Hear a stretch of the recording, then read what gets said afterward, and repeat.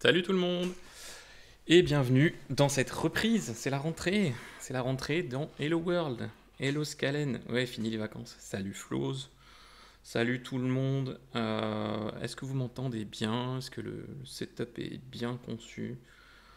Parce que oui, ça fait un moment que j'étais pas là, effectivement. Merci Scalen, est-ce que vous m'entendez? Merci pour ton prime Scalen, on t'entend très bien, parfait, impeccable. Ouais, ça fait un moment que j'ai pas streamé. Je pense qu'on a tous connu une période un peu étrange ces derniers temps. Salut HD Loga. On va reprendre les bonnes habitudes, la rentrée aidant. Donc, bienvenue pour ce nouvel épisode de Hello World. Comme d'habitude, ouais, changement de déco. Merci, salut Hirosan. Comme d'habitude, si vous voulez venir en vocal, vous pouvez tout à fait venir dans euh, le Discord dont l'URL s'affiche maintenant dans le chat. Vous pouvez venir dans le canal audio attente. Vous me faites un petit message dans le chat et dès que je m'en aperçois, je peux vous donner la parole si vous voulez discuter, vous voulez parler de tout et de rien, vous voulez parler de dev, de pratique, de votre boîte ou d'autres boîtes, d'anciennes boîtes, n'importe.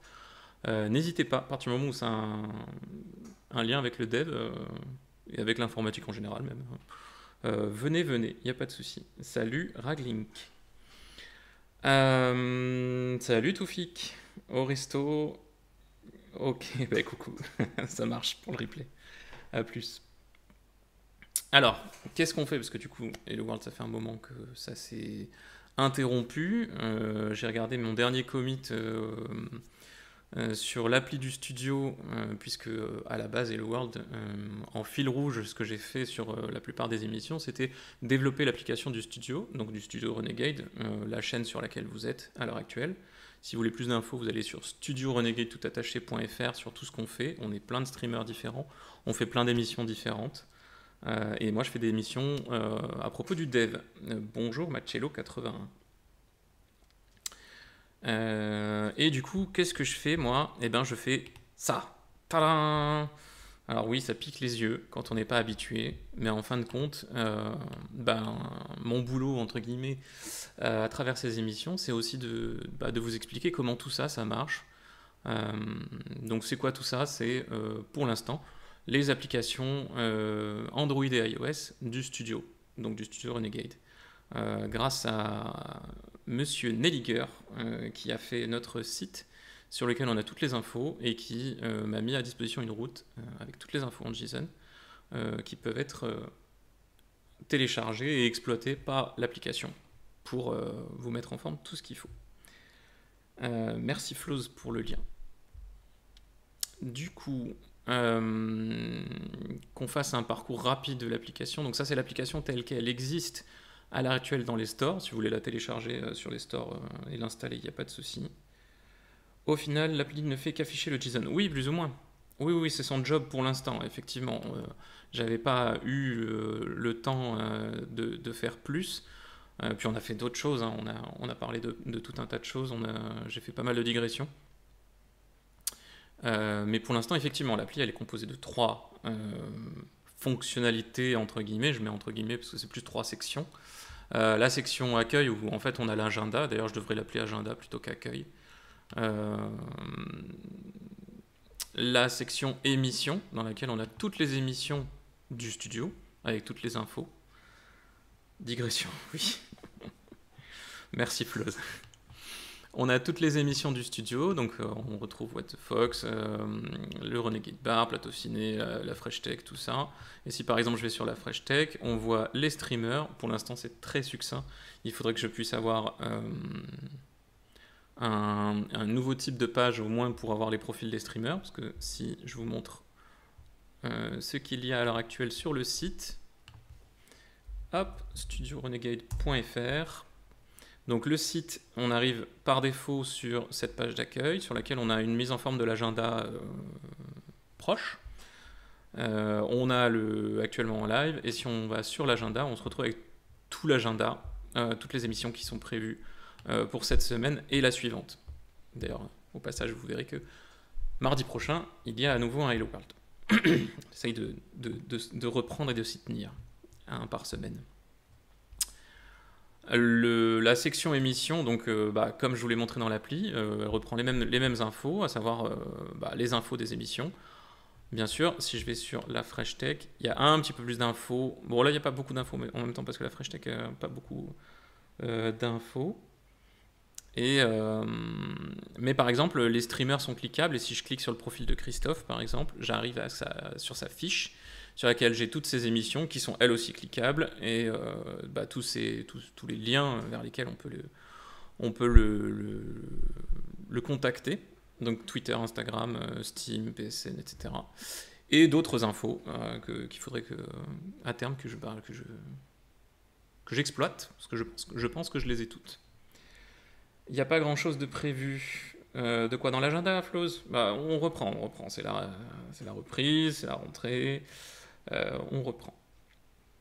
J'ai le gars, comment l'API est gérée? Tout le monde peut récupérer les infos de l'API et faire sa propre appli du coup. Pour l'instant, oui. Après, à terme, oui, effectivement, il faudrait sécuriser tout ça. Mais pour l'instant, il s'agit d'une route ouverte par Nelliger, dont je n'ai plus du tout l'adresse. Donc, je vais me la péter en mode, c'est bon, je l'ai dans les paramètres, en fait, non? Enfin, dans les récents. Alors, ça fait un moment que je ne me suis pas penché sur cette appli. Ça doit être dans Data, Renegade, Action. Donc le fetch. Ah non, le fetch, je l'avais fait directement dans l'agenda, il me semble. Qui doit être du coup dans l'agenda. Hein, je fais n'importe quoi. Voilà. Hop. Open, bien sûr. Donc voilà, donc on se retrouve avec ici les infos des streams. Donc là, vous voyez qu'il y a 20 streams prévus. Les infos des programmes, il y a 17 programmes, donc 17 émissions différentes, et les infos des streamers, donc 18 infos, et les events. Alors les events, je crois que c'est tous les streams prévus, plus aussi ceux qui ne rentrent pas dans le cadre des émissions. Je me souviens plus. Non, streams, ça doit être les streams qui ne sont pas des émissions, c'est ça.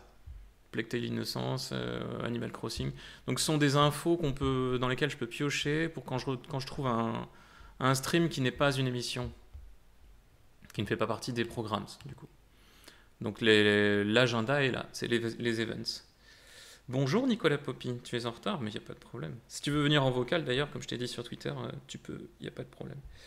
Faudrait pas faire ça en plusieurs routes pour pas avoir trop de data à télécharger d'un coup. Oui, on serait sur un gros système avec beaucoup d'infos, je t'aurais dit oui 100%. Après là, si je regarde les infos du truc, si je fais un petit F5, all, le data header, quelle taille ça fait ça? En plus c'est GZIP, parce que Nelliger fait bien le taf. Et j'ai pas le content length. Pourquoi j'ai pas le content length?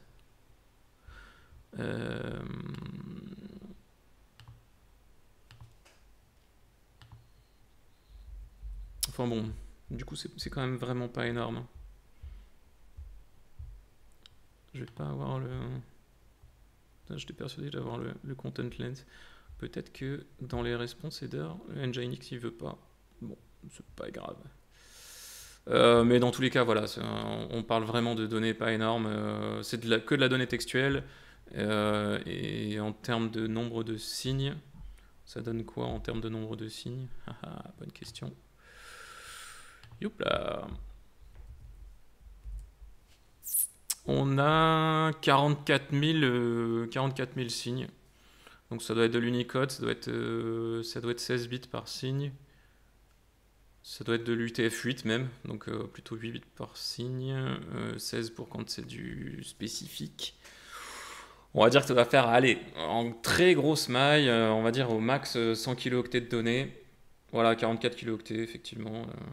Ah, ça y est, HDLoga a commencé à récupérer les données. Mais ouais, il faudra qu'on le sécurise dans tous les cas. Mais ouais, mais du coup, c'est vraiment pas grand-chose, quoi. 44 si c'est de l'UTF-8 et qu'il n'y a pas trop d'accent. Mais ouais, il y a un peu d'accent, c'est quand même du français, au niveau des descriptions. Mais du coup, c'est pas négligeable, mais pas loin en termes de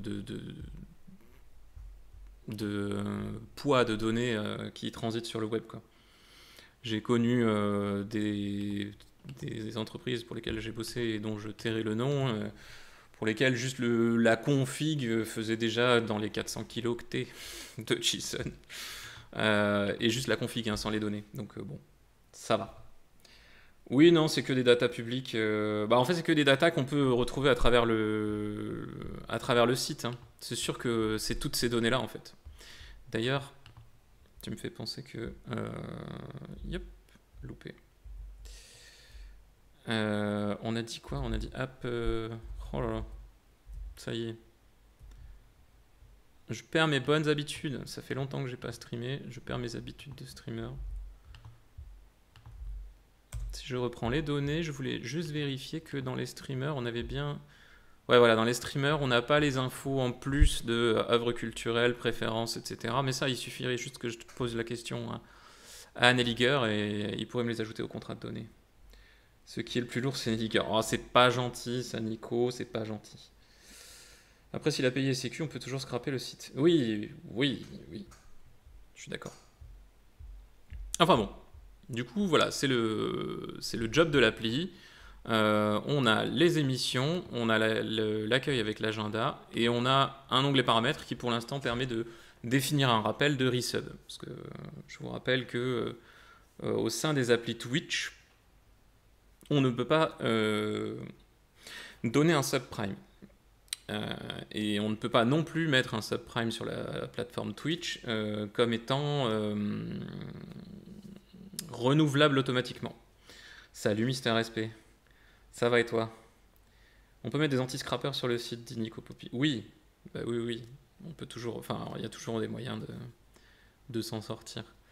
Donc ouais, juste, je voulais en finir sur cette fonctionnalité-là. Donc c'est un rappel pour dire, n'oublie pas d'aller faire du resub si tu as un subprime, quoi. Donc c'est à définir si on le souhaite. On dit, bah, ma date de fin de sub s'arrête, je sais pas moi, on est quel jour elle s'arrête par exemple au 15 octobre. Allez. Elle s'arrête au 15 octobre, donc le 15 octobre à 11h15, je me définis un rappel et je prendrai du coup, j'aurai une notif locale qui me rappellera d'aller faire mon resub par le navigateur web, puisqu'il est interdit de faire un resub au sein de l'application, un resub Prime au sein de l'application Twitch. D'ailleurs, c'est intéressant parce que pour ceux qui ont suivi le Bits d'il y a 2 semaines, on a parlé de l'affaire Epic contre Apple et Google, avec les soucis liés aux moyens de paiement annexes. En fait, dans une application mobile, on n'a pas le droit de rediriger les utilisateurs vers un autre moyen de paiement que l'in-app purchase qui est fourni par Google si on est sur Android, ou Apple si on est sur iOS. Et ces modes-là de paiement sont obligatoires. On n'a pas le droit de vendre des choses virtuelles, on a le droit de vendre des choses physiques. Si vous êtes un site de e-commerce, vous avez le droit de vendre à travers du PayPal ou autre. Par contre, si ce sont des produits virtuels, on n'a pas le droit de passer par autre chose que le store et son in-app purchase, qui nous prend bien sûr 30% au passage. Donc bon, voilà, Epic sur Fortnite mobile, ils ont fait les gros bourrins, ils ont voulu y aller à la hussarde, ils se sont fait jeter et du coup ils ont attaqué en justice Apple et Google dans la foulée en antitrust. Mais du coup, dans Twitch, on ne peut pas faire de resub Prime à l'intérieur des applis, qu'elles soient iOS, tvOS ou Android. Pour cette raison-là, dans les conditions d'utilisation, ça violerait les conditions d'utilisation et Twitch se ferait dégager au même titre que Fortnite. Voilà, fin de la parenthèse. Petite question bête de Machello81. Petite question bête car je pense que beaucoup de gens ici présents ont un bon, voire un très bon niveau.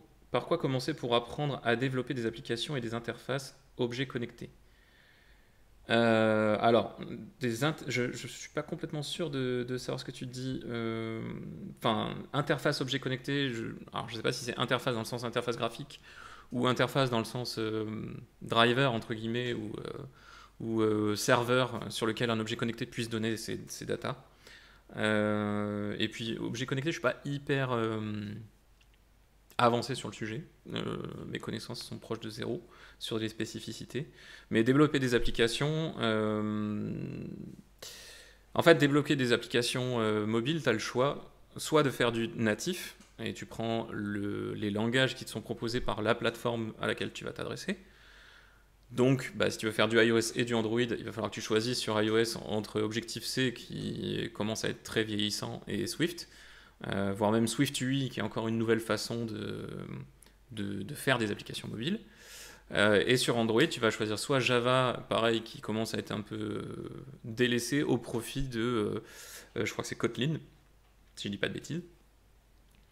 Mais du coup, tu vas devoir créer ton appli 2 fois, dans 2 langages différents, avec des outils, une suite d'outils différents. Là, ce que je fais, moi, c'est du React Native. React Native, c'est une techno développée par Facebook qui me permet, en React, donc c'est un framework JavaScript,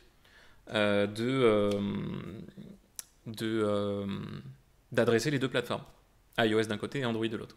Et ça reste des applis natives au final. Ce ne sont pas des applis dans des WebViews comme on peut le voir sur des trucs comme Cordova par exemple. Donc on a des vraies possibilités d'optimisation et de fonctionnement fluide à peu près au niveau des applis natives sur chaque plateforme. Vive Epic, dit Nico Poppy. Écologramme, oui. Raglink, si tu veux, je peux passer en vocal. Bien sûr. Alors tu t'es mis... hop. Hop là. Ouais, t'es en attente. Bonjour Raglink. Comment vas-tu? Tu es sur stream. Alors après, tu n'as peut-être pas le micro d'activer. Et si tu as le micro d'activer, je ne t'entends pas. Tu es sur stream. Alors je sais pas si tu vas... Tu m'entends là? Ouais, je t'entends. Alors je t'entends tout doucement. Je vais monter ton son sur J'ai un OBS. souci parce qu'effectivement, pareil, pendant la réunion hier, les gens m'entendaient très bas. C'est bon. Là, je pense qu'on t'entend. On va avoir la confirmation dans le chat, éventuellement. J'ai le gars qui dit j'avais une interface de drone avec Node. Oui.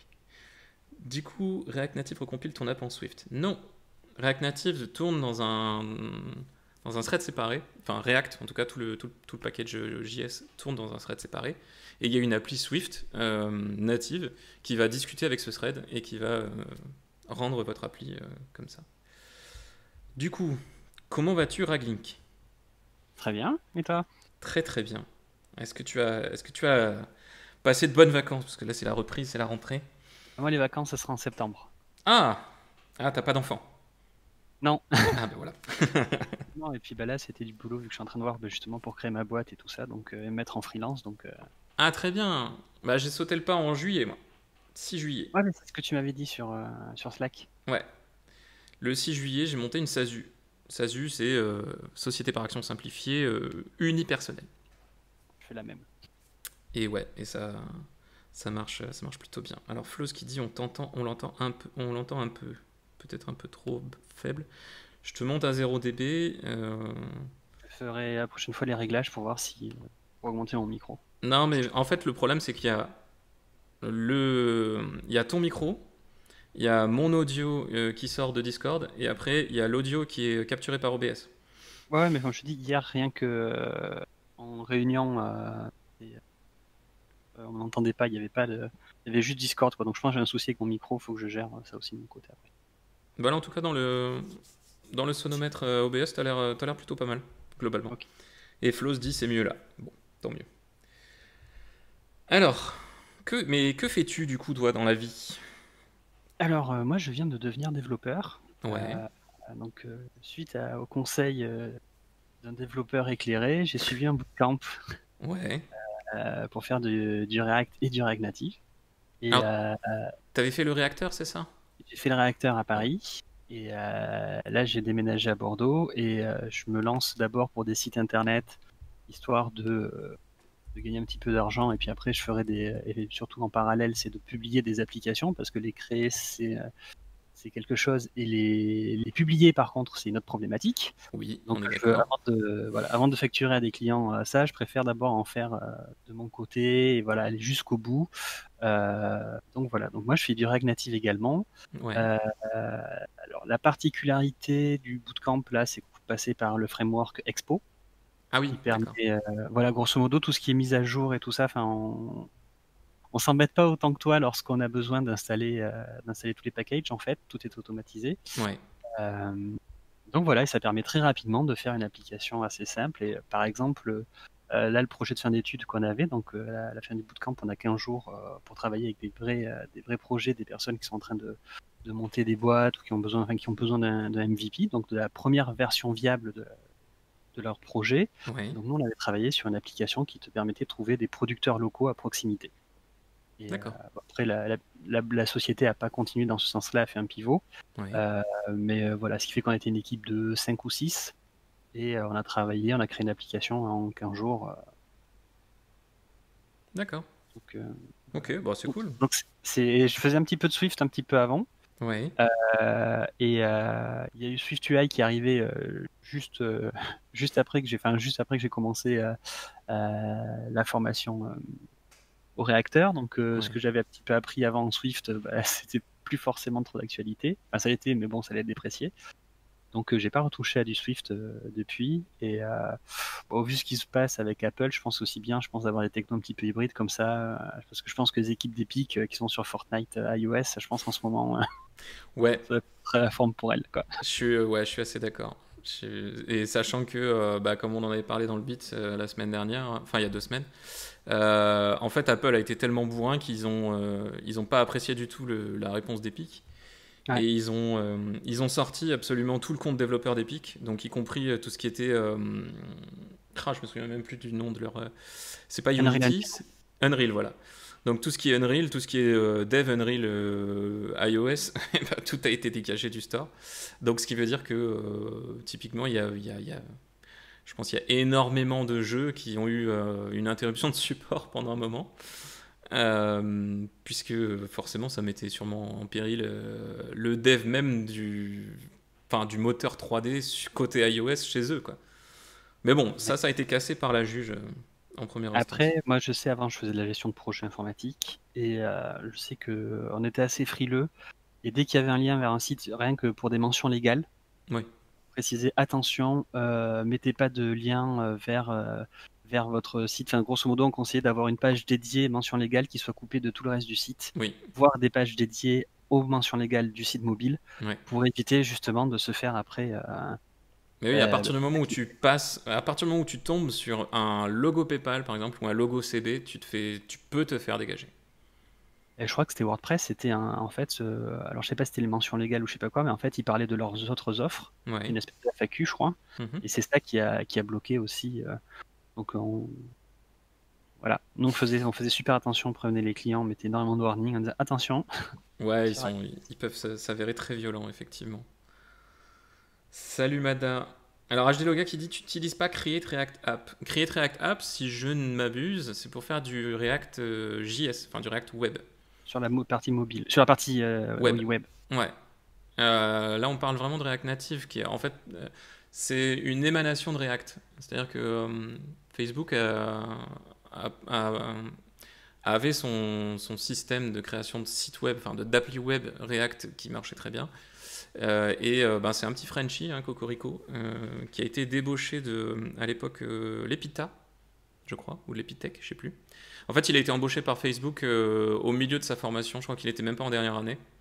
Et ils l'ont fait venir direct aux US. C'est un mec qui s'appelle Christopher Chedeau.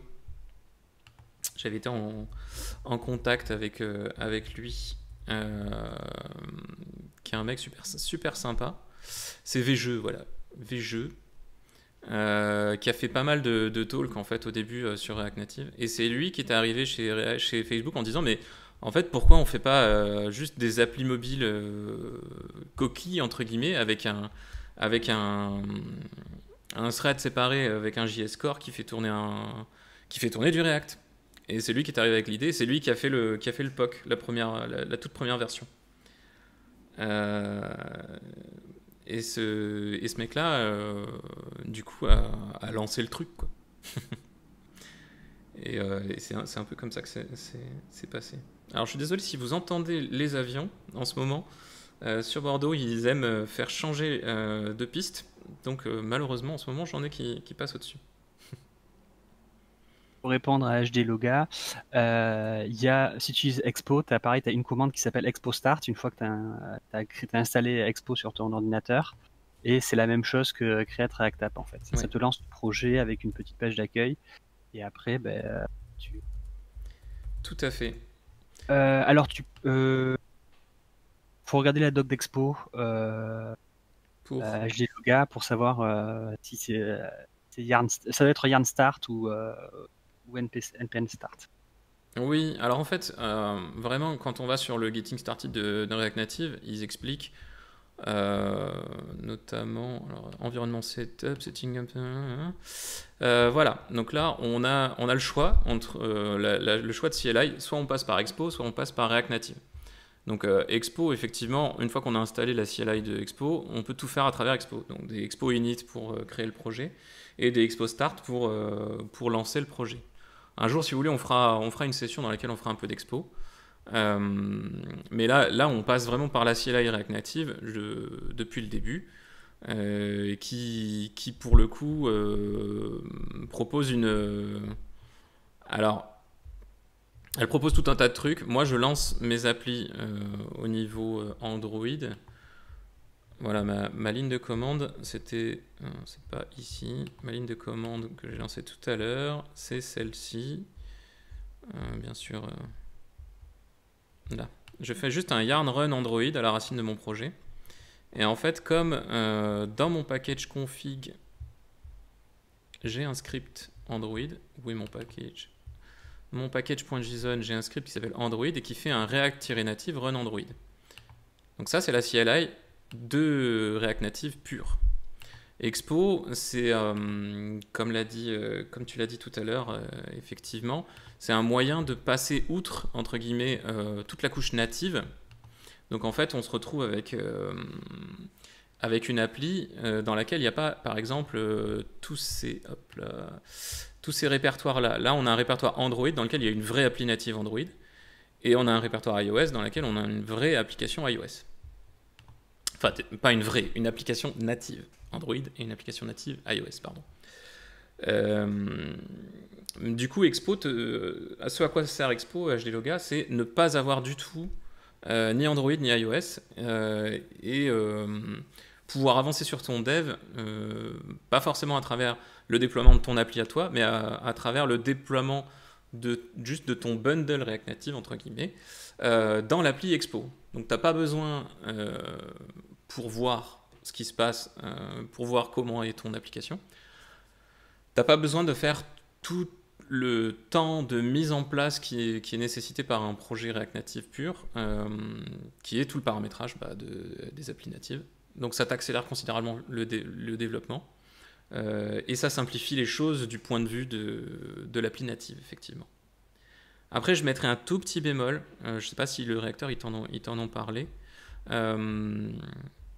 Moi, personnellement, bon, ça dépend de ce que tu mets dans ton appli. Mais déjà, à partir du moment où tu as besoin de push notification, je sortirai d'Expo, quoi qu'il se passe. Je vais t'expliquer pourquoi. Tout simplement parce que... C'est des projets que je voulais travailler, justement, faire un projet sur les push notifications, donc oui, vas-y, dis-moi. Ben là, pour moi, c'est du natif. Alors, en tout cas, si tu vas jusqu'à la prod, c'est-à-dire si tu vends l'appli à un client. Parce que je regarder, je croyais qu'il fallait passer par Firebase, et je sais pas si c'était aussi compatible avec iOS, ou s'il fallait pareil une techno, s'il y avait un outil pour iOS dédié pour les notifications. Ça, justement, c'est partie des choses qui fait que je regarde. Ouais. Alors historiquement, il y avait l'APNS côté iOS. Donc l'APNS, c'est tout le système de push notification d'Apple. D'ailleurs, c'est Apple Push Notification Service, je crois. Ouais. Et de l'autre côté, il y avait le GCM, je crois, Google Cloud Messaging. Donc ça faisait de la push... Enfin, les deux faisaient la même chose, un sur iOS et l'autre sur Android. Google Cloud Messaging a été intégré dans la suite Firebase. Donc maintenant, ça s'appelle FCM, Firebase Cloud Messaging. Et ils ont eu l'intelligence de faire une jonction avec l'APNS. Donc maintenant, quand tu utilises FCM dans ton application mobile, par exemple quand tu déploies le SDK Firebase dans ton appli React Native et que tu actives les push notifications, eh ben, FCM est capable lui-même d'aller négocier avec les serveurs d'APNS pour envoyer le push à ta place. D'accord. Ce qui fait que tu n'as plus qu'une seule Ouais, interface, qu'une seule API dans laquelle tu vas ordonner tes envois de push en fait. Ouais. Donc ça c'est vraiment très pratique. Et pourquoi ça serait problématique avec justement avec Expo? Parce que Expo, tu ne peux pas intégrer Firebase, donc tu ne peux pas utiliser FCM en tant que tel. Expo supporte les push notifications, mais uniquement à travers les serveurs d'Expo. Expo est une... J'allais dire un side project, pas vraiment, parce que les gars ont investi énormément dedans. Mais Expo reste un service gratuit, majoritairement, et ils ont 0 SLA. Donc en fait, quand tu utilises leur service de push, je sais pas s'ils en parlent, je pense pas que... Enfin, ça doit pas être... Au niveau des pricing, tu as des services de build, mais après... Ouais, mais je crois pas qu'ils aient de... Je crois pas qu'ils aient parlé des notifications. Alors, donc, t'as un guide sur les push notifications d'Expo. Ouais. Donc, tu passes par vraiment le Expo Push Token. Et derrière, tu passes envoyer un... Voilà, sending notification with Expo. Nanana. En fait, tu appelles une URL spécifique, tu fais un push, un post, pardon, et tu mets un payload dedans. Tu vois, data, status, machin, truc bidule, enfin, ce que tu veux.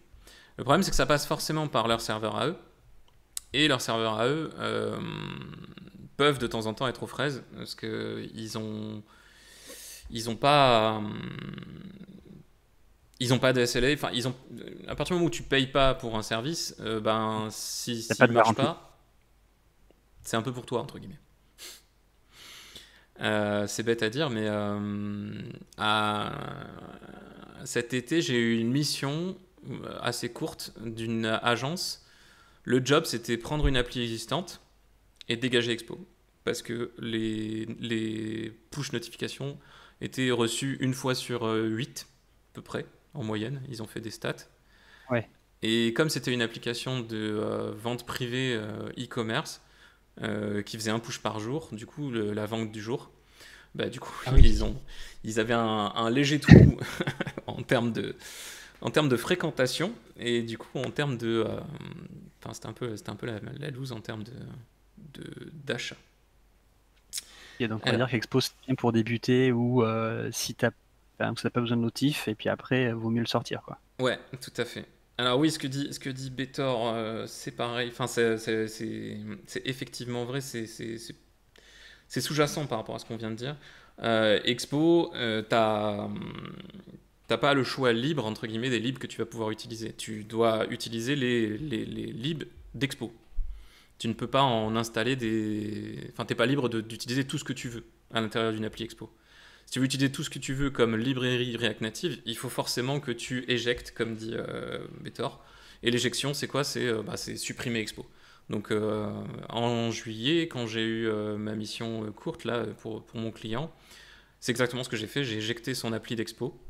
Sachant qu'une éjection d'Expo, Expo, dans tous les guides et dans toutes les formations, ils vous disent qu'on peut éjecter à tout moment, que c'est facile, que du coup vous n'êtes pas lié à Expo, etc. C'est quand même pas si simple que ça. Cette application est encapsulée dans Expo, donc oui. Ouais. Après, tu peux utiliser la plupart des libs Expo, tu peux les utiliser en dehors d'Expo. C'est ce qu'ils appellent le bare workflow. Donc, si jamais je vais sur l'API référence, là, je prends n'importe quel truc, je sais pas moi, le baromètre, allez.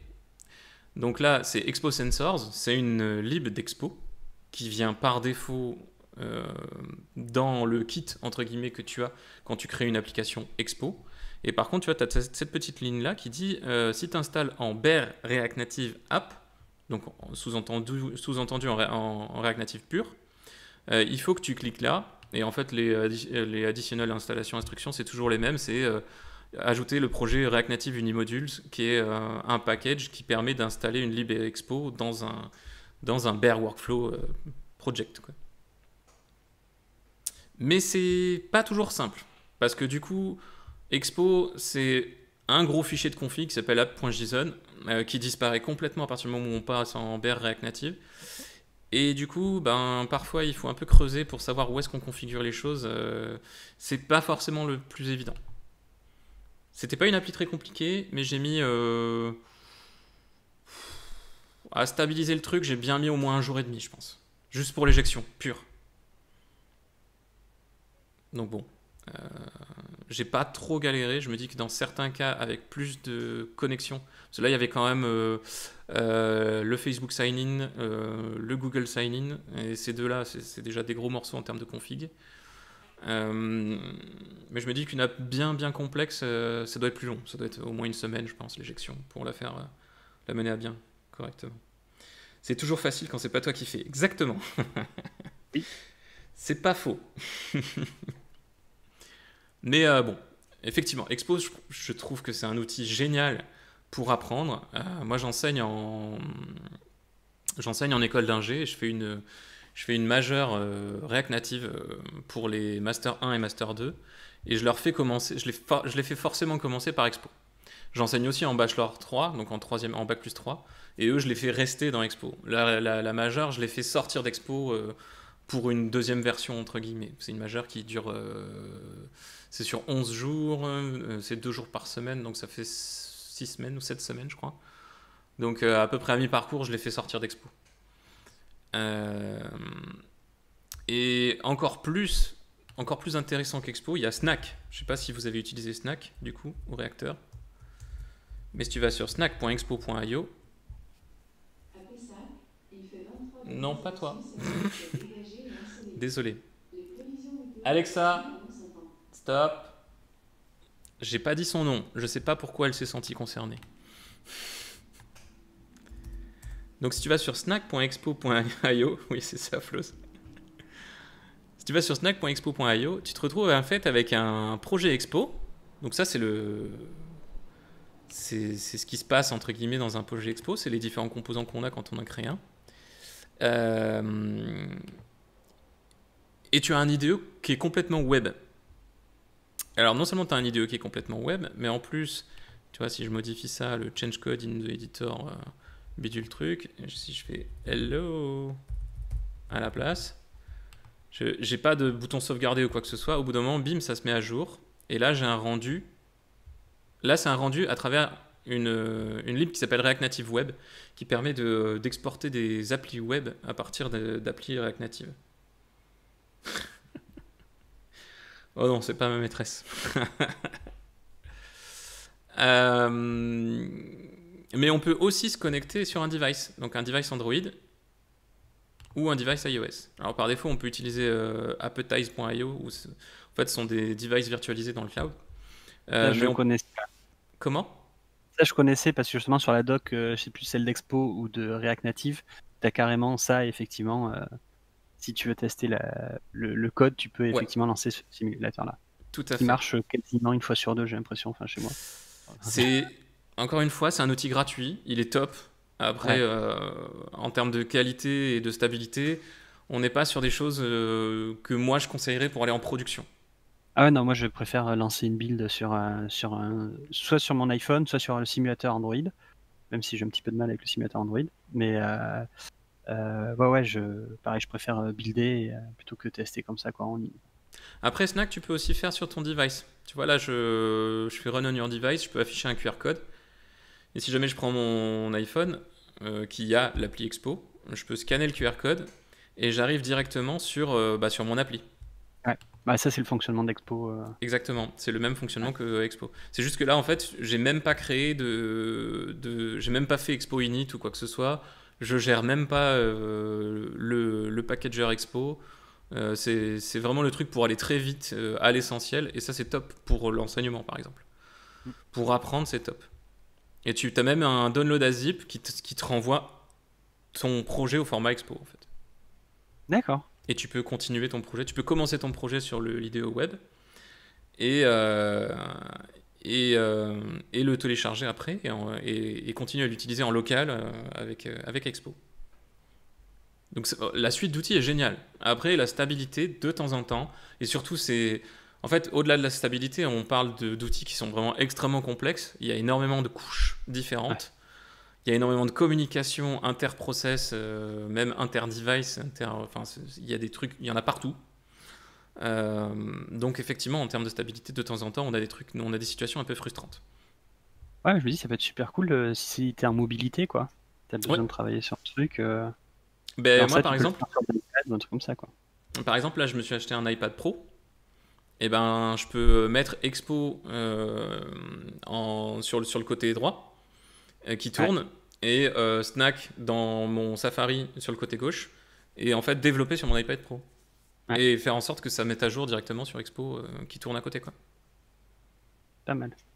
C'est pas mal parce que c'est pour l'instant la seule alternative pour développer des applis mobiles directement depuis le device, depuis iPad.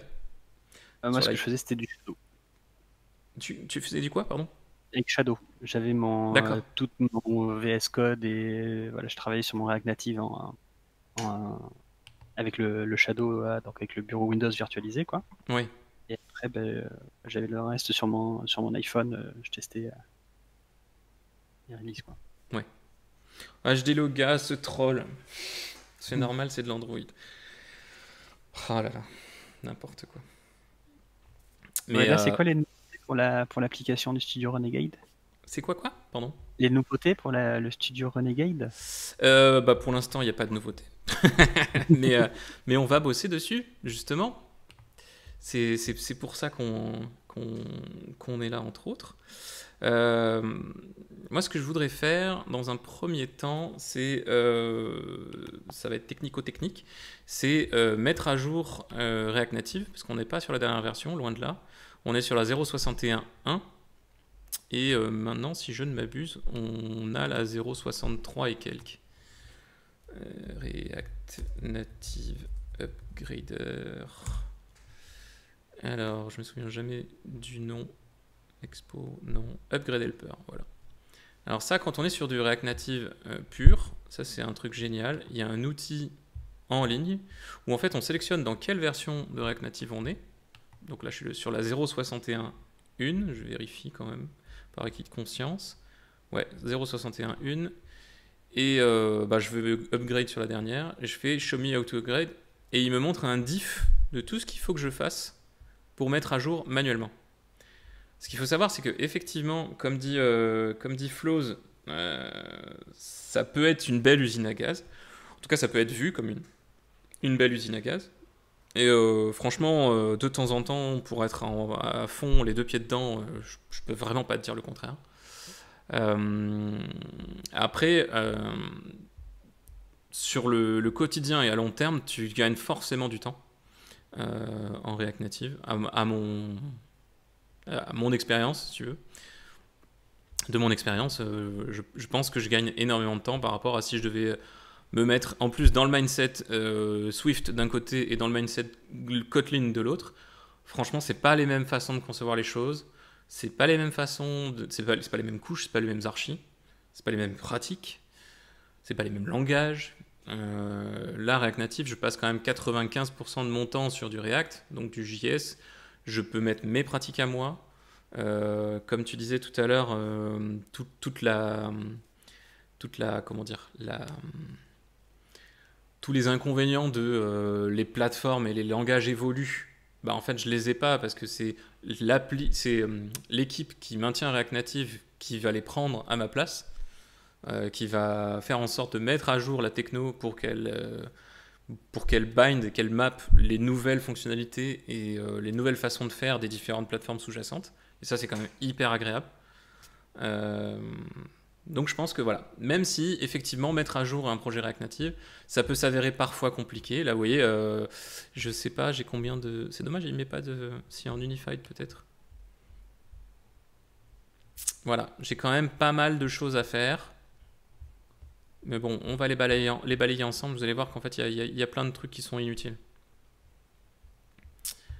Et après, vous avez toujours la possibilité, si votre projet est pas trop lourd, bah, de repartir avec un projet neuf, from scratch, et de refaire votre config. et de réimporter juste votre code React. Mais dans tous les cas, c'est méga compliqué. Enfin, ça peut être méga compliqué, parfois.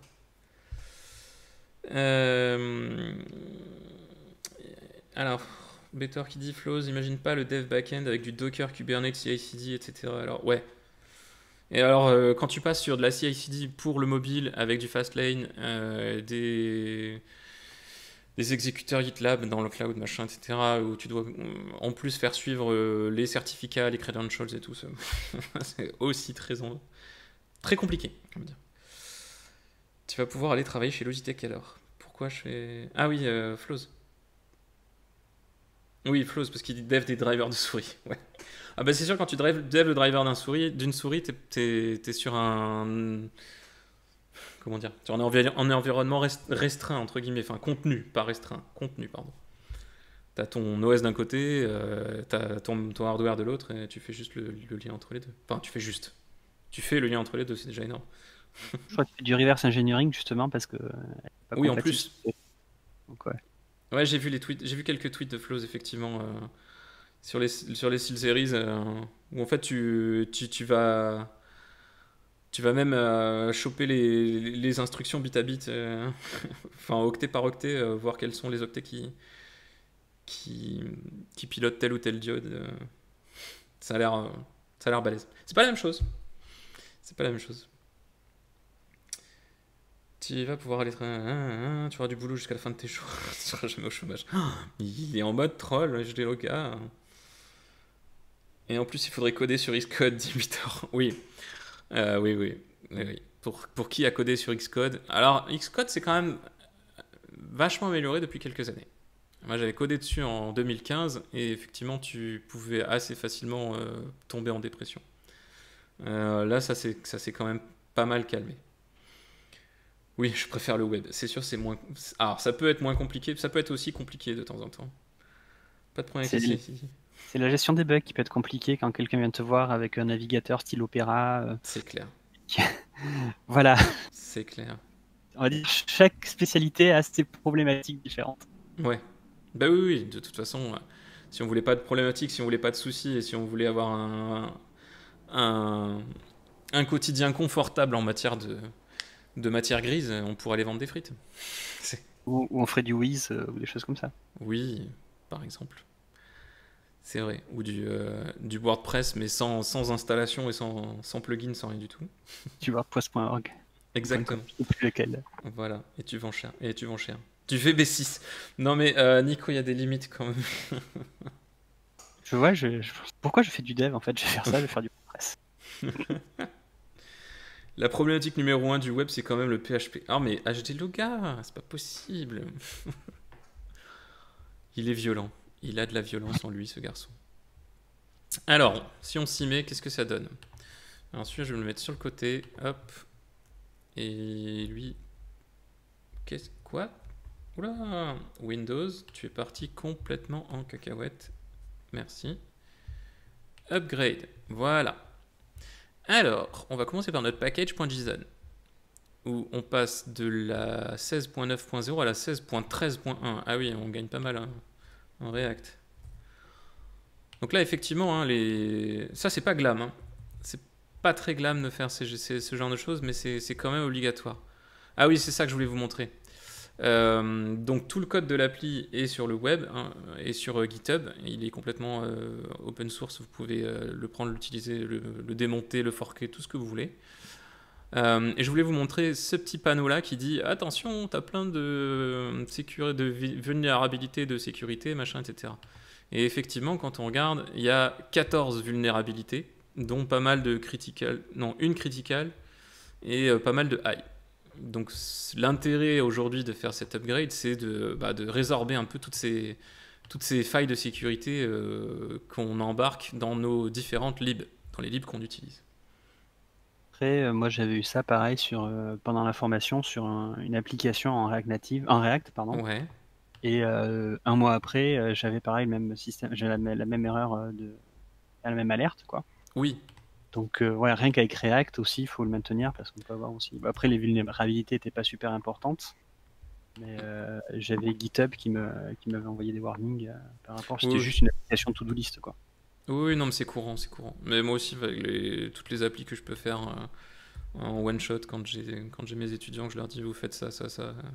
Effectivement, j'ai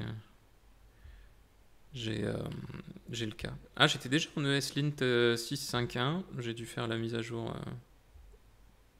Question bête, il est possible d'automatiser ça ou pas? Ou non, c'est à la Ouais, mano, ou vaut mieux le faire à la main?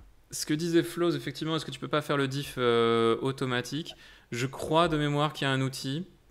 Après, bon, j'ai toujours eu du mal à faire confiance aux outils. Enfin, disons que j'ai eu des déconvenues avec les outils, avec certains outils. Mais en fait, à bien y réfléchir, là, de toute façon, j'ai tout tracé dans GitHub. Donc, je vais peut-être effectivement passer sur de l'upgrade. Voilà, il y a la conf, zut, la ligne de commande npx React Native upgrade.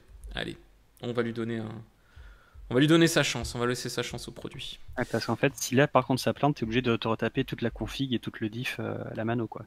Ouais, c'est ça. Ouais. Alors, j'arrête mon packager, sinon il va sauter. Je fais un npx Chrome de temps en temps, j'ai l'impression qu'il chope pas les copier. Voilà. Ah, bah je l'ai fait. Ok, bon. Bam. Alors, qu'est-ce qu'il me dit de base? Patch failed to apply, machin, etc. Exclusion file diff.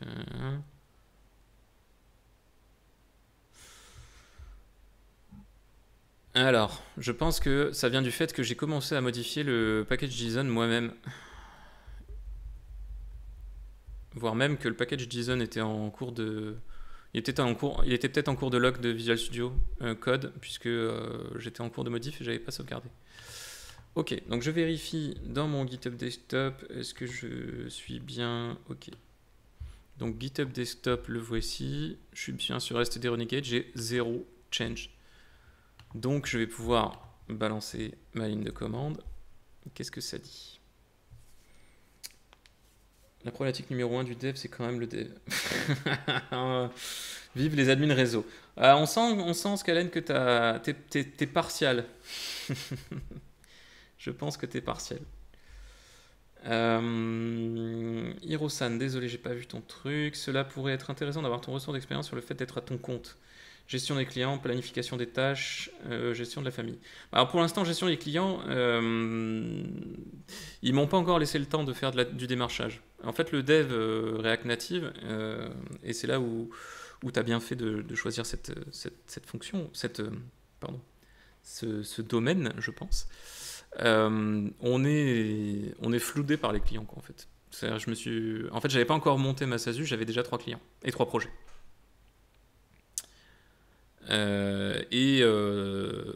Sur les 3 clients, j'en ai 2 qui me laissent entrevoir du récurrent.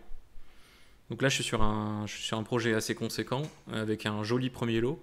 Et il va y avoir des lots sur 2 ans. Donc c'est du récurrent, donc c'est du très bon.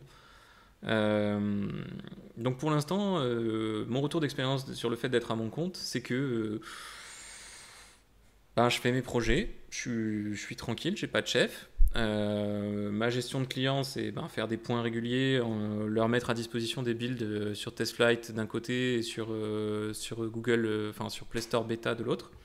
Prendre leurs retours, les intégrer dans mon appli, leur refaire des livraisons.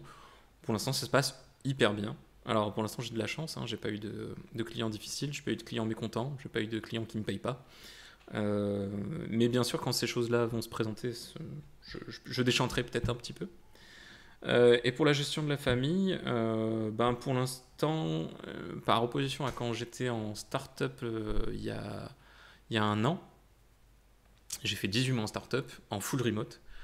Et pour le coup, avec les délais hyper short, avec le taf qui s'amoncelle, etc., c'était pas évident de concilier le, le job et la famille. Mais là, je trouve que c'est même plus équilibré depuis que je suis à mon compte. Donc, Après, si Hirosan, la question c'est pour se lancer, tu as une formation Devenir freelance sur Open Classroom qui est gratuite, un cours, et qui est pas mal justement à te préparer, te dégager du temps dans ton agenda pour faire de la formation, faire un manifeste où tu dis, voilà, bien que je sois à mon compte, je prévois de faire tant de fois du sport dans la semaine, d'accorder tant de jours à ma famille, des choses comme ça, et de te mettre en fait, des règles de vie qui permettent justement d'essayer de fixer ton objectif et de voir comment tu vas travailler tout en conciliant tout ça. Et après, tu as aussi la partie business plan et tout ça qui permet justement toi-même de te projeter et de te dire, voilà, ok, quelles sont les compétences qui me manquent, quels sont mes concurrents, comment je me positionne. Et le cours est gratuit et très bien. Je trouve que ça permet bien de se projeter, de se mettre en avant et de construire son projet. Moi, j'ai pas encore de clients parce que voilà, je crée ma boîte et là, je fais des projets, soit des projets perso, soit des projets pour des assos euh, pour me faire la main. Mais ça permet déjà d'avoir un objectif à moyen court terme et de savoir qu'est-ce que je peux faire et qu'est-ce que je veux pas sacrifier, quoi. Oui.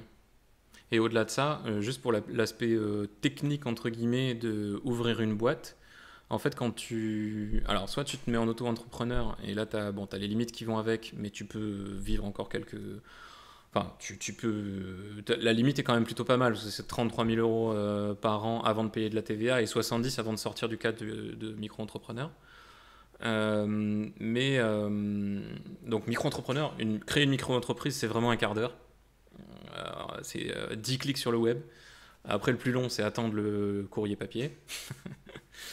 Parce qu'on est toujours quand même dans l'administration française. Mais ça va très vite. Bien sûr, créer une société, c'est pas la même chose. C'est beaucoup plus compliqué. Mais de toute façon, à partir du moment où tu crées une société, tu as besoin d'un comptable.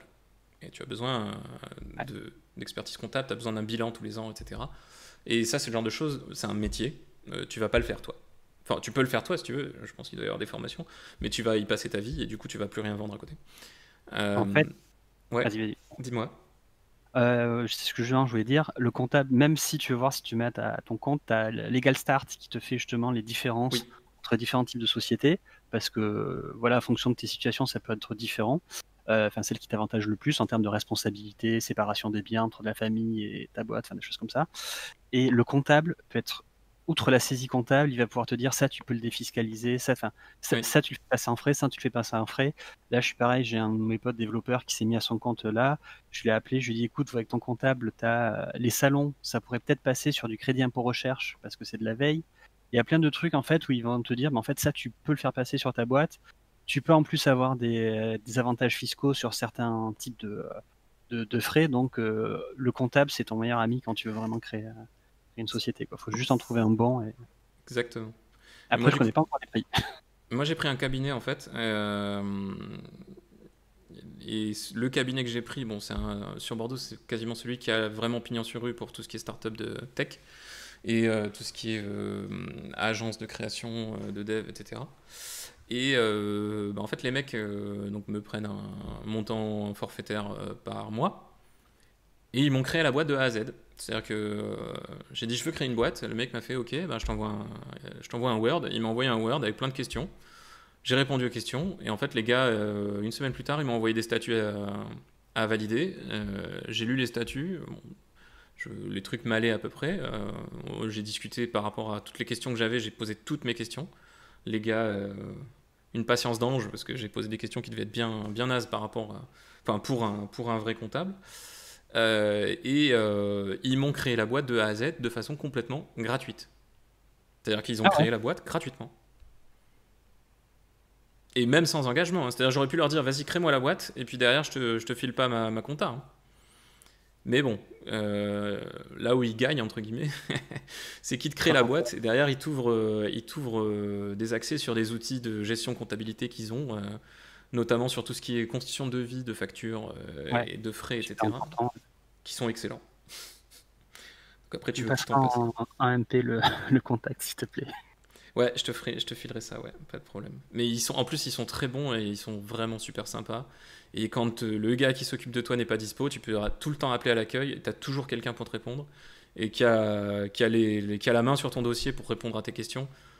par opposition à genre une banque où tu tombes pas sur ton conseiller. Ah oui, mais je vous connais pas, machin, etc. Mhm. C'est pas la même chose. Ouais, non, mais le comptable, il fait ça toute la journée. Donc, toi, toutes les démarches administratives, tu vas dire, mais comment je fais? Le mec, c'est son métier. Donc franchement, ouais, non, c'est super utile. Ouais, tout à fait. Bon, il est 14h01. La mise à jour automatique a planté, comme vous pouvez le voir. Ils ont un CLI pour créer une boîte. Non, quand même pas.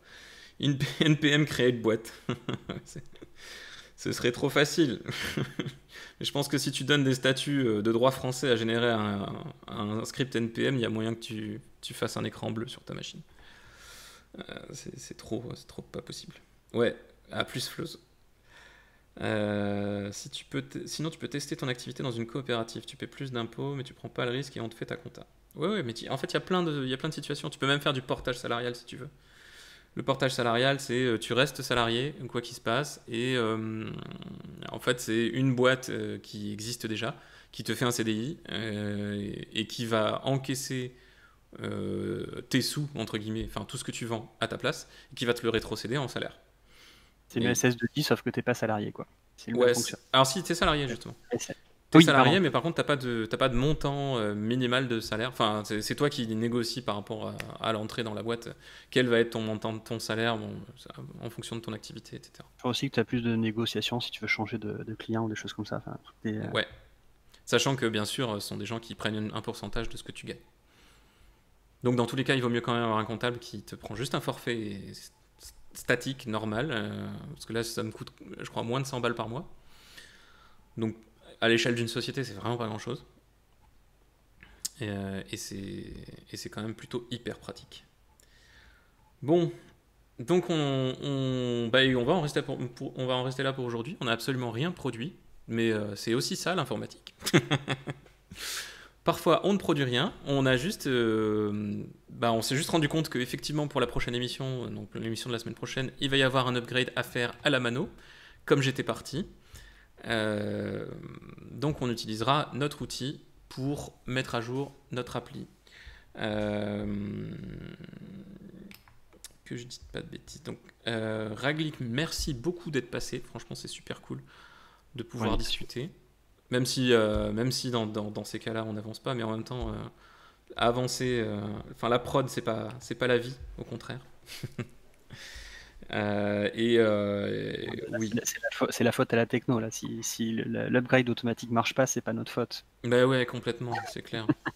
Et du coup, j'appellerai mon patron, je me débrouillerai avec. Pas de souci. Oui, Nico. Oui, j'adore digresser. D'ailleurs, toi, tu avais une question sur Twitter et on l'a même pas traitée. Si tu veux, si tu as toujours la même question ou d'autres questions. Oui, d'ailleurs, globalement, si vous avez des questions sur comment fonctionne tel ou tel truc, alors bien sûr, je suis pas une bibliothèque ambulante, donc il y a forcément tout un tas de choses que je ne connais pas. Mais si jamais vous avez des questions sur JavaScript, sur React Native, etc., n'hésitez pas à me les envoyer sur Twitter. Donc @pcgalen, PSEGALEN. Et du coup, ça peut me permettre, moi, en amont, de préparer un petit truc. Et si jamais vous venez en audio comme Raglink, on peut voir ensemble le traitement de votre question. Et ça peut faire profiter à tout le monde, à tous ceux qui regardent. Non, je vais galérer tout seul. Oh là là, Calimero Poppy, d'accord. C'est un problème de couche 8 d'après l'admin réseau. Aïe aïe aïe.